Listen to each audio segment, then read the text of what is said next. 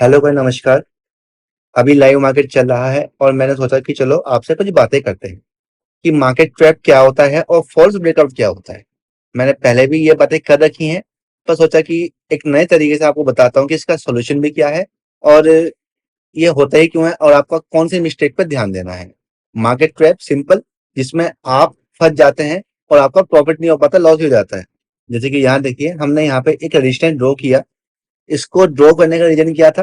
Resistance को यहाँ देखिए, मार्केट यहाँ पे ऊपर आया था और नीचे मार्केट नीचे आने लग गया, तो हमारे लिए ये लेवल बड़ा इंपॉर्टेंट बन जाता है, तो इसलिए इसको ड्रॉ किया गया।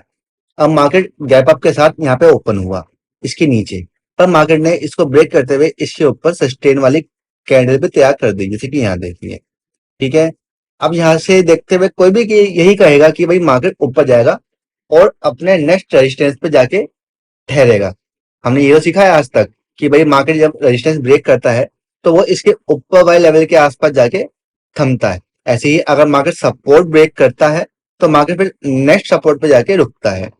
पर यहाँ पे क्या हुआ, मार्केट ने नीचे आना स्टार्ट किया और सबके स्टॉप लॉस यहाँ पे हिट कर दिए। अब यहाँ पे क्या हुआ, मार्केट नीचे भी आना स्टार्ट हुआ। अब जिन लोगों ने इस कैंडल को देख के, जो बड़ी सी कैंडल बन रही है, इसको देख के मार्केट के अंदर जिन्होंने पुट का ट्रेड लिया होगा, पुट बाय किया होगा, उनके साथ भी ट्रैप हुआ। केवल 40 पॉइंट के आसपास मार्केट नीचे गया और मार्केट फिर से रिटर्न होके ऊपर भाग गया। ठीक है, दो बार ट्रैप हो गया, एक बार यहाँ पे ट्रैप हुआ, एक बार यहाँ पे ट्रैप हुआ। ये केवल मैं आपको लाइव मार्केट के अंदर वन डे का एग्जांपल दे रहा हूँ। ऐसे एग्जांपल महीने में लगभग 15 से 18 बार तो होते ही होते हैं। मार्केट खुलता है महीने में लगभग 20 से 22 दिन के आसपास, और उसमें से 15 से 18 बार तो 15 से 18 दिन ट्रैप होता है, और हर दिन 5 से 6 बार ट्रैप आप मान लीजिए आराम से। 5 6 बार ज्यादा बोल गया, 3 4 बार तो आप एवरेज मान सकते हैं। ठीक है, यहाँ पे एक ट्रैप हुआ, एक ट्रैप यहाँ पे हुआ।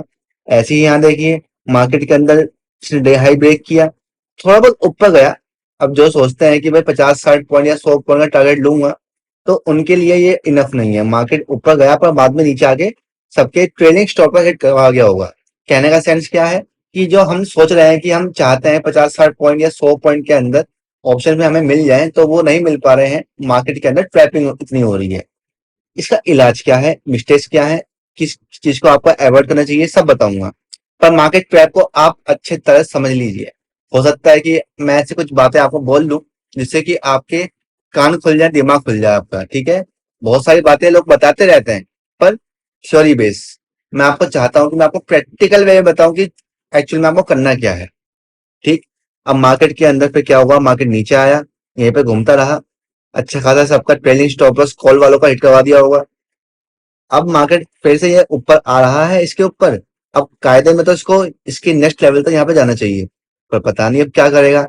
अब यहाँ पे फिर से जिसने ट्रेड किया होगा उसको कुछ पॉइंट यहाँ मिल गए होंगे, पर फिर से मार्केट नीचे आ गया तो उसका ट्रेलिंग स्टॉप लॉस यहाँ पे हिट हो गया होगा।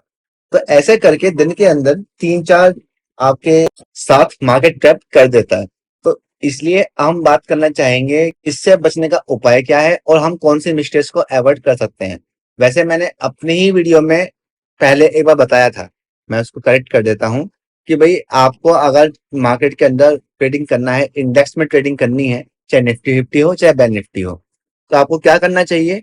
आपको 4 कंपोनेंट को फॉलो करना चाहिए। एक तो bank Nifty, Nifty, HDFC bank और आईसीआईसीआई बैंक। आपको इन चारों को फॉलो करना चाहिए। अगर चारों के चारों एक साथ एक सपोर्ट अपने अपने सपोर्ट को ब्रेक कर रहे हैं तो आपको पुट बाय कर लेना चाहिए, और अगर रेजिस्टेंस ब्रेक कर रहे हैं एक साथ या 5 10 मिनट का अंतराल है तो आप केवल कॉल बाय करिए। तो चांसेस यही है कि मार्केट पे उस साइड जाता ही जाता है, पर वहां पर भी आपको फॉल्स ब्रेकआउट देखने को मिल सकते हैं। अगर आपको दिन में 3 से 4 मार्केट ट्रैप कर रहा है, पर अगर आप चारों चीज को फॉलो कर रहे हैं तो आपको शायद एक या दो बार ही ट्रैप का सामना करना पड़ेगा, और शायद वो भी ना करना पड़े। आप हो सकता है कि पूरे दिन में कोई ट्रेड मिल ही ना पाए तो आप मार्केट ट्रैप से बच जाओ। पर एक ऐसी चीज है जिससे कि आप, चाहे आप चारों चीजों को फॉलो करते हैं तब भी आप कामयाब हो पाओगे, और चाहे आप खाली बैंक निफ्टी को फॉलो करते हैं, निफ्टी को फॉलो करते हैं, तब भी आप आराम से मार्केट के अंदर आगे बढ़ते रहोगे। वो चीज होती है रिस्क टू रिवॉर्ड रेशियो। ये बहुत बोरिंग शब्द है सबके लिए जो कि नए ट्रेडर हैं, क्योंकि उनको लगता है कि किताबी बातें हैं। पर मैं आपको प्रैक्टिकल वे में बता रहा हूँ, क्योंकि मैं हूँ अभी मार्केट के अंदर एकदम नया नया ट्रेडर जो कि सब कुछ सीख रहा है और अच्छे से एक्सप्लोर कर रहा है। नया ट्रेडर इसलिए कह रहा हूँ क्योंकि मेरे को केवल 2-3 साल हुए हैं मार्केट के अंदर। जो बाकी सब ट्रेडर हैं वो कर रहे हैं ट्रेडिंग लगभग 5-6 साल या उससे ऊपर ही हो चुके हैं। पर मैं अभी ऐसा ट्रेडर हूँ जो कि नई नई टेक्नोलॉजी को फॉलो कर रहा है। साथ में मैंने एल्गो सिस्टम बिठा रखा है और जो मैं चीज सीख रहा हूँ वही मैं चीज आपको सिखाना चाहता हूँ। तो मैंने अब तक का जो एक्सपीरियंस सीखा है वही चीज मैं आपको बता रहा हूँ। रिस्क टू रिवॉर्ड रेशियो इतना बेहतरीन चीज है और इम्पोर्टेंट चीज है, अगर आप फॉलो कर लेते हैं तो इससे बढ़िया कोई बात ही नहीं है। मैं आपको हैंड टू हैंड मिस्टेक्स बता रहा हूँ आपकी कि आप मिस्टेक क्या करते हैं। अब आप यहाँ पे क्या करोगे, लगातार ट्रेड करते ही रहोगे। अभी तो खैर आपको दिख पा रहा है कि भाई यहाँ पे मार्केट ऊपर जा रहा है तो यहाँ पे 8 ट्रेड पकड़ सकते थे।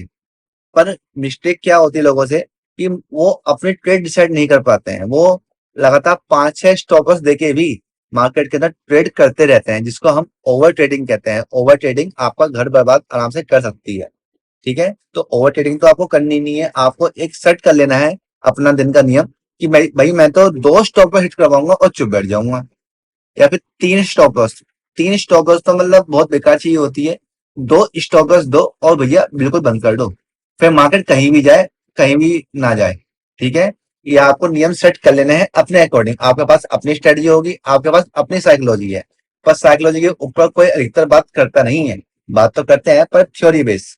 मैं प्रैक्टिकल बता रहा हूँ आपको। आप केवल 2 स्टॉपर्स रखिए और आपका भला हो जाएगा। ठीक है, एक बात तो ये। और रिस्टोर रिवर्स इश्यू की बात अभी रह गई है। 50 पॉइंट का अगर आपका स्टॉप लॉस है तो टारगेट भी आपका 50 पॉइंट से ऊपर हर हाल में होना चाहिए। और भैया 1:1 नहीं कर सकते तो कम से कम 1:1.5 का तो कर लीजिए। अगर 50 पॉइंट का टारगेट है, ओ सॉरी 50 पॉइंट का स्टॉप लॉस है, तो आपका 75 पॉइंट्स का टारगेट तो हर हाल में होना चाहिए। मान लो कोई चीज आपने 200 रुपए बाय की, आपने सोचा कि जब ये 150 पे आ जाएगी तो निकाल लूंगा और 400 पे जाएगी तो मैं टारगेट बुक कर लूंगा। अब वो चीज आपकी 300 पे चली गई। आपका टारगेट 400 का है पर वो 300 पे चल रही है। तो आप क्या करेंगे, आप अपने स्टॉप लॉस को ट्रेल कर दोगे और उसको माइंड में सोच लोगे, या फिर आप एक ऑर्डर लगा देना कि भाई अब मेरा स्टॉप लॉस 150 का नहीं है, अब मेरा स्टॉप लॉस है 250 का। अब मार्केट अगर 250 पे आता है तो ये अपने आप निकल जाएगा। तो ऐसे ही यहाँ पे हुआ। मार्केट के अंदर मार्केट ऊपर गया पर वापस नीचे आया तो आपका स्टॉप लॉस ट्रेल होके आपका प्रॉफिट बुक हो गया होगा। अब यहाँ पे मार्केट के अंदर आपको उस ट्रेड के अंदर छेड़छाड़ नहीं करनी है। आपको अपने नियम सेट कर लेने हैं। मेरा मेन पर्पस आपसे कहने का ये है कि आप ना अपने नियम तय कर लो। एक कागज पे लिख लो कि भाई मेरा ऐसे ऐसे टारगेट है, ऐसा स्टॉपर्स रहेगा, और मेरा टारगेट नहीं मिल पाता है, वहां पे रिवर्स कर जाता है, तो मैं स्टॉपर्स ट्रेल करके अपना बचा कुचा प्रॉफिट बुक कर लूंगा। आपको ये चीज हर बार करनी है और करनी ही है। मैं एल्गो ट्रेडिंग इसलिए ही मार्केट के अंदर करता हूँ कि एल्गो के अंदर नियम सेट रहते हैं। मेरे को तो और भी अकाउंट संभालने होते हैं, इसलिए मेरे को नहीं चाहिए कि मैं इमोशन वाले काम करूं। इमोशन ही इंसान का दुश्मन होता है।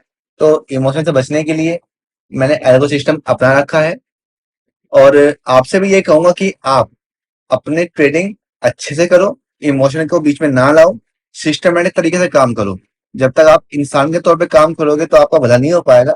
आप अच्छे से ट्रेड करो और नियम बनाओ अपने। ठीक है, रिस्क टू रिवॉर्ड रेशियो से क्या फायदा होता है कि अगर आपका मान लो 5-6 दिन भी लॉस हो गया और आपके फेवर में एक दिन भी बढ़िया ट्रेड आ गई, तो आपको कामयाब होने से कोई रोक नहीं पाएगा। आपको अपने कैपिटल पे भी ध्यान देना पड़ेगा। अगर आपका कैपिटल लगातार 7 से 8 स्टॉप लॉस सहन नहीं कर सकता तो आपको अपनी स्ट्रेटजी के अनुसार अपना स्टॉप लॉस डिसाइड करना चाहिए। जो मेरी खुद की स्ट्रेटजी है उसके अंदर मैं केवल दिन में 2 स्टॉप लॉस लेता हूँ और 50 पॉइंट का स्टॉप लॉस मैक्सिमम रखता हूँ। 50 पॉइंट का ही स्टॉप लॉस हिट हो ऐसा नहीं होता।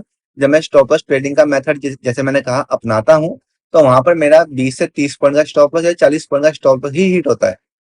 तो मैं ऐसे करके दिन में केवल 40 से 50 पॉइंट का एक ट्रेड के अंदर स्टॉप लॉस देता हूँ, या 20 से 30 पॉइंट का जनरली। ठीक है, तो मैं अपनी स्ट्रेटजी के अंदर मात्रा रखता हूँ कि भाई मैं 7-8 लॉस लगातार भी ले सकता हूँ। और उसके बाद अगर 2-3 ट्रेड बढ़िया चल गई तो मेरा अच्छा खासा प्रॉफिट हो जाएगा उन 8 ट्रेड के लॉस को कवर करके। तो इसलिए आपको अपनी स्ट्रेटजी पे काम करना है और अपने फाइनेंशियल प्लान को अच्छे से सेट करके चलना है। ट्रेडिंग है, आप अपना पैसा इन्वेस्ट कर रहे हो। जब आप एक मोबाइल लेते हो या कोई स्मार्ट वॉच भी लेते हो, मतलब कि 500-600 रुपए की चीज भी लेते हो, तो आप पूरी प्लानिंग करते हो। आप हर जगह 2-3 बार पूछते हो कि भाई वो चीज कैसी है, कितने दिन चलती है और क्या मेरा पैसा सही है लगा नहीं है। पर ट्रेडिंग के टाइम आप भूल जाते हैं। आपको लगता है भाई फ्री का पैसा है। आपका फ्री का पैसा नहीं है, आप मेहनत करके पैसा जोड़ रहे हो। तो उस चीज को आपको ना अच्छे से प्लान करना है। तो यही था मेरा मकसद कि भाई मार्केट ट्रैप को आप केवल अपने मनी मैनेजमेंट से और रिस्क मैनेजमेंट से ही तोड़ सकते हो, हरा सकते हो। अपना कीमती समय देने के लिए पूरे दिल से धन्यवाद गाइस।